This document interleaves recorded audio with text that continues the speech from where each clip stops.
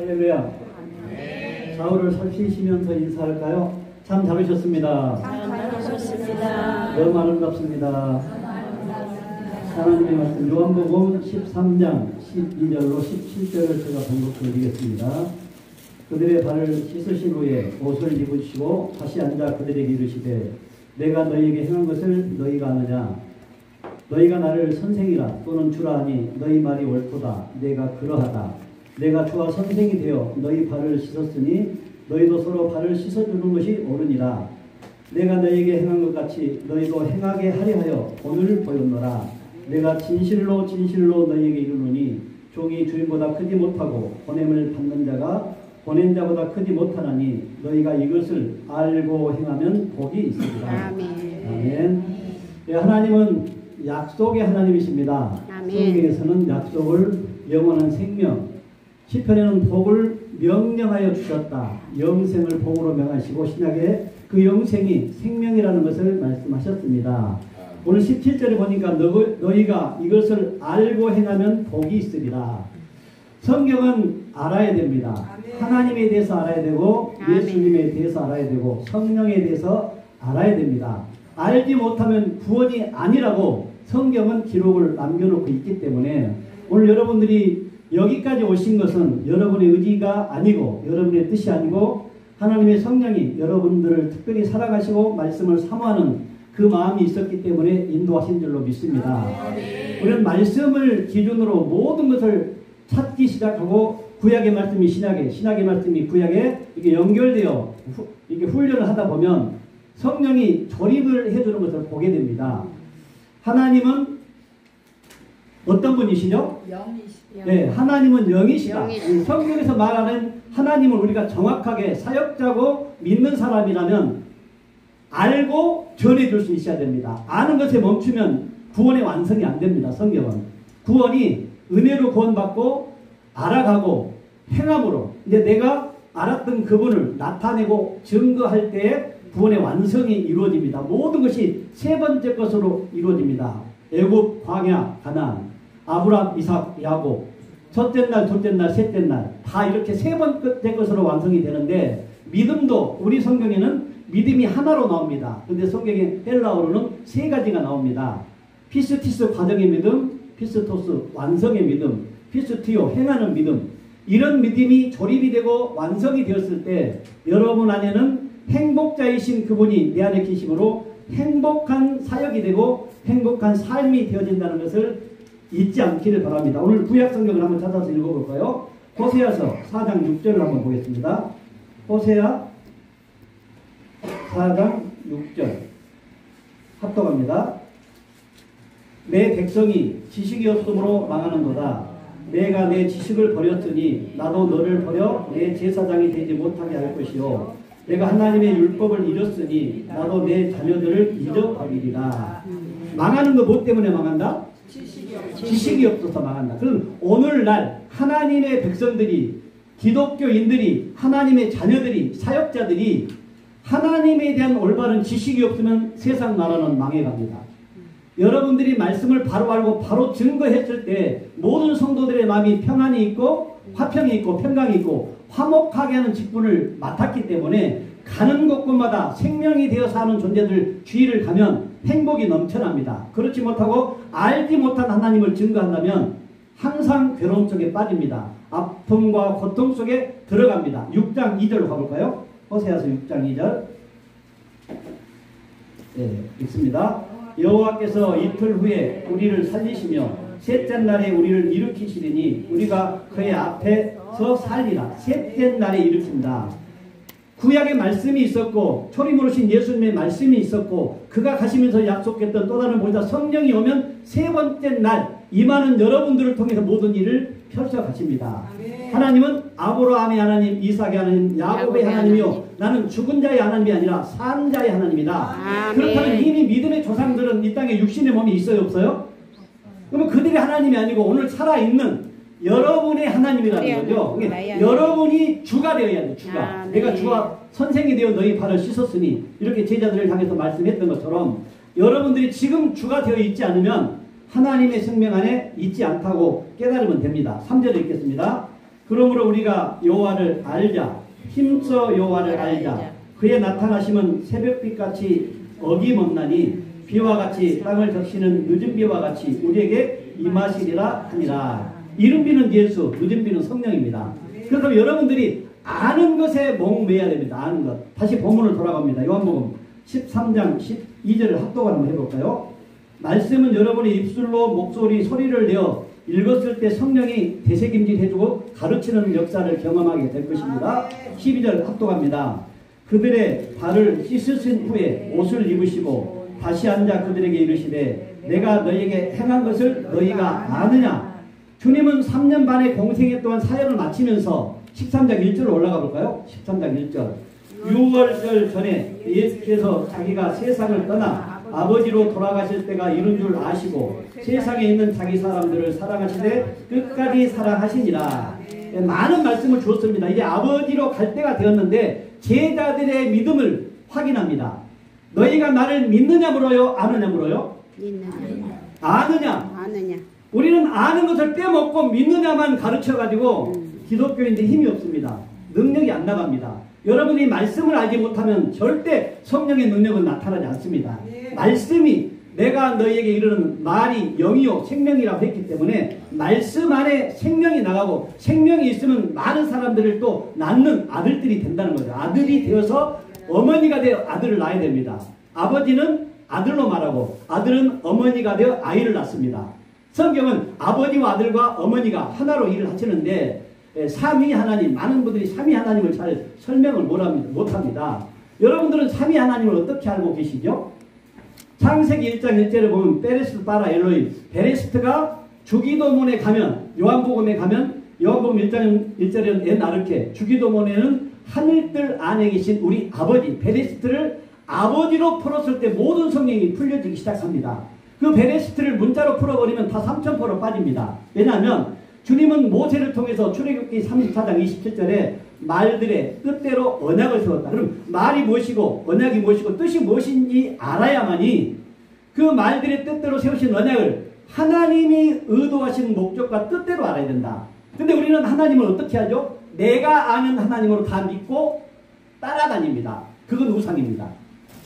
그분이 원하는 하나님을 나는 어떻게 알고 있는가? 이게 문제인데, 이제 그 하나님은 우리가 늘 말씀을 하고 있죠. 저희 교회 이제 내일 2시 반부터 집회가 있는데, 항상 2시 반부터 5시 반까지 집회를 하는데, 거기 오면 오는 분들은 외웠습니다. 하나님은 어떤 분? 하나님은 말씀이시고, 영이시고, 빛이시고, 사랑이시다. 그럼 말씀이시고, 영이시고, 빛이고, 사랑인 분은 물질입니까? 비물질입니까? 비물질. 보이는 것입니까? 보이지 않는 것입니까? 골로새 1장 16절 읽고 넘어갈까요? 골로새서 1장 16절에는 이런 말씀을 기록하고 있습니다. 찾은 분은 함께 읽습니다. 만물이 그에게서 창조되되 하늘과 땅에서 보이는 것들과 보이지 않는 것들과 혹은 왕권들이나 주권들이나 통치자들이나 권세들이나 만물이 다 그로 말미암고 그를 위하여 창조되었고 보이는 것과 보이지 않는 것을 창조했다. 보이지 않는 하나님 베레스트가 아버지입니다. 보이는 하나님이 엘로임 예수님입니다. 예수 하나님. 엘로임은 영입니다. 영인데 영을 아버지 안에 있는 말씀을 주고 나타나는 사람들을 여호와 하나님이라고 말합니다.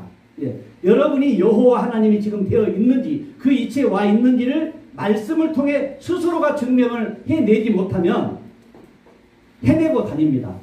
하나님은 영이시고 빛이시고 사랑이신데 믿음, 소망, 사랑 이 세 가지는 항상 있을 것인데 그 중에 제일은 사랑이라고 했잖아요. 그럼 믿음도 몇 가지 있다고 했죠? 저도에 세 가지.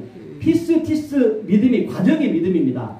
아브라함에부터 예수님이 사역을 마치는 시점까지 주셨던 모든 말씀이 과정이고 길이고 방법입니다. 그러면 진리는 성경에서 진리는 시편 31편 5절에 보니까 여호와 하나님이 진리, 다니엘 10장 21절에 보니까 기록된 말씀이 진리, 요한복음 14장 6절에는 예수님이 진리, 16장 13절에는 성령이 진리, 17장 17절에는 아버지의 성령, 그 아버지가 포인트입니다. 성경은 예수님 안에 누가 계셨다고 하죠? 아버지께서 일하시니 나도 일한다. 이거에 이제 목숨 걸고 여러분이 그 말씀에 대한 지혜가 열려져서 묵상할 때 성령의 인도함을 따라 구약의 여호와가 어떻게 일하셨죠? 나 여호와는 말하고 이루느니라. 그러면 여호와 하나님은 말하고 이루는 일밖에 안 하셨는데 그분이 하셨던 말씀 외에 다른 말을 내가 흔히들 이제 은사사역에 가면 자기가 들었고 보았고 했던 것들을 막 말해주면서 무엇이 이루어질 것처럼 말을 하잖아요. 그러면 어떻게 되는가? 신명기 18장 18절 한번 볼까요? 여러분이 사역을 해도 정말로 이제 말씀에 비추어서 하지 못하면 어떤 낭패를 보게 되는가? 18장 18절에는 이런 말씀이 있습니다. 내가 그들의 형제 중에서 너와 같은 선지자 하나를 그들을 위하여 일으키고 내 말을 그 입에 두리니 내가 그에게 명령하는 것을 그가 무리에게 다 말하리라. 이제 이미 예수님이 하나님이 구약의 모세를 통해 말을 주고 모세의 입을 통해 이스라엘 백성들에게 복음을 전했습니다. 19절 읽습니다. 누구든지 내 이름으로 전하는 내 말을 듣지 아니하는 자는 내게 벌을 받을 것이요.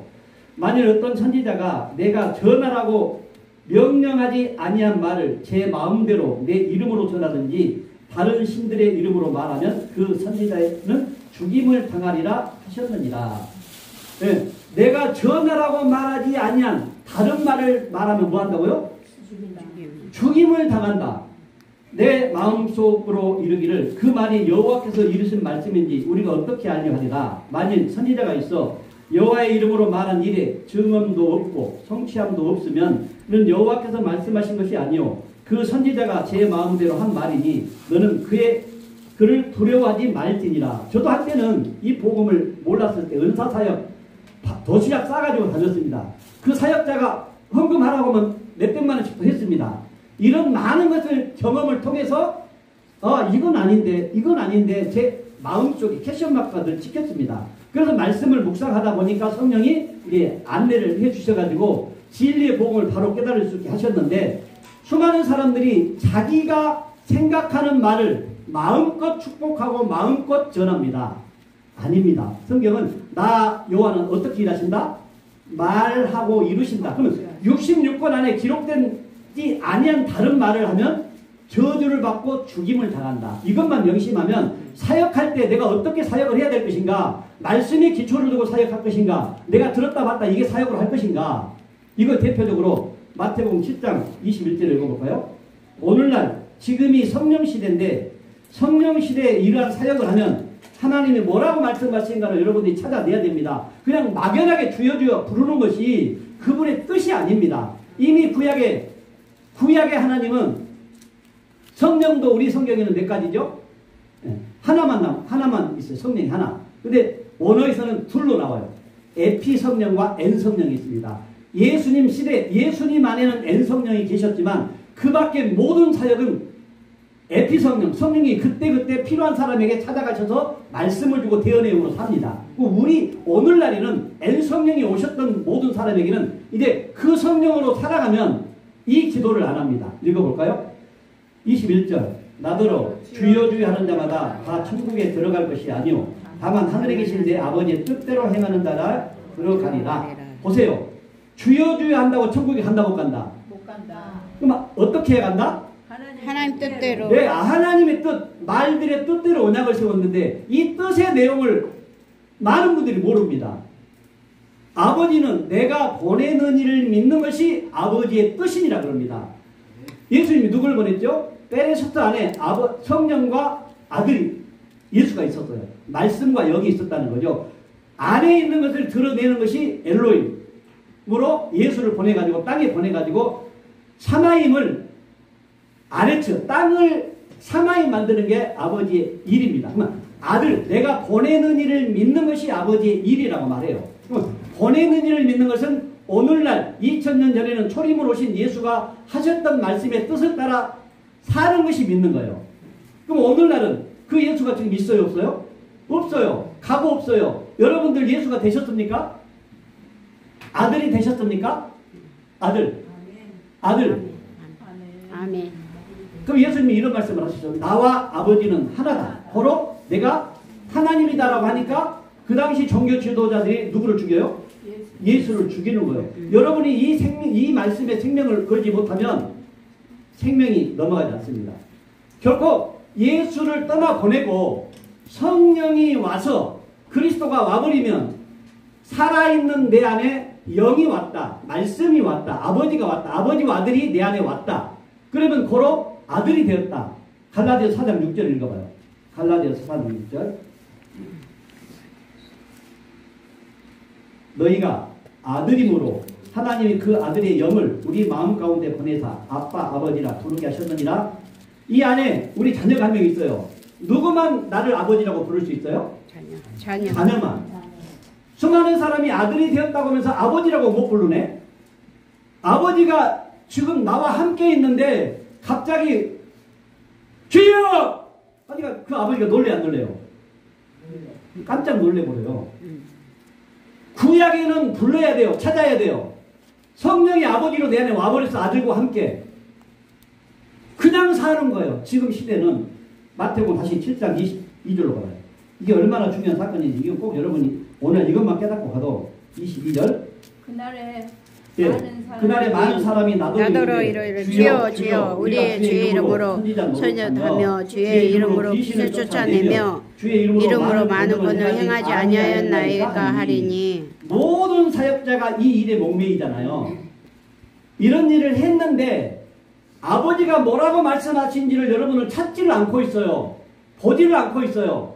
말들의 뜻대로 언약을 세웠는데 그 언약 안에는 아버지의 뜻을 알아야 되는데 뜻을 모르니까 계속적으로 구약적인 관점으로 내가 하나님을 믿고 살아가고 있다는 거예요. 또 하나님이 원하는 믿음이 아니라 내가 원하는 믿음. 태초에 하나님이 천지를 창조하시냐 우주 만물을 창조하신 하나님을 기독교인들이 믿고 있어요. 그거 아니거든요. 내가 보내는 일을 믿는 것이다. 그러면 구약시대는 여호와 하나님이 선지자를 보냈고 신약시대는 예수님을 보냈고 성령시대는 오늘날 그 그리스도가 아버지와 아들이 내 안에 와 있는 사람들의 말을 들어야 구원에 갑니다. 이것이 세 번째 비밀이에요. 그 세 번째 성전이 완성되는 거예요. 여러분이 세 번째 성전으로 완성이 되어 있지 않으면 구원이 없습니다. 23절 읽고 마칩니다. 시작. 그때 내가 그들에게 밝히 말하되 내가 너희를 도무지 알지 못하니 불법을 한 자들아 내게서 떠나가라 하리라. 어떤 것이 불법이죠? 예수님 시대까지는 모두가 모세의 율법 아래 살았어요.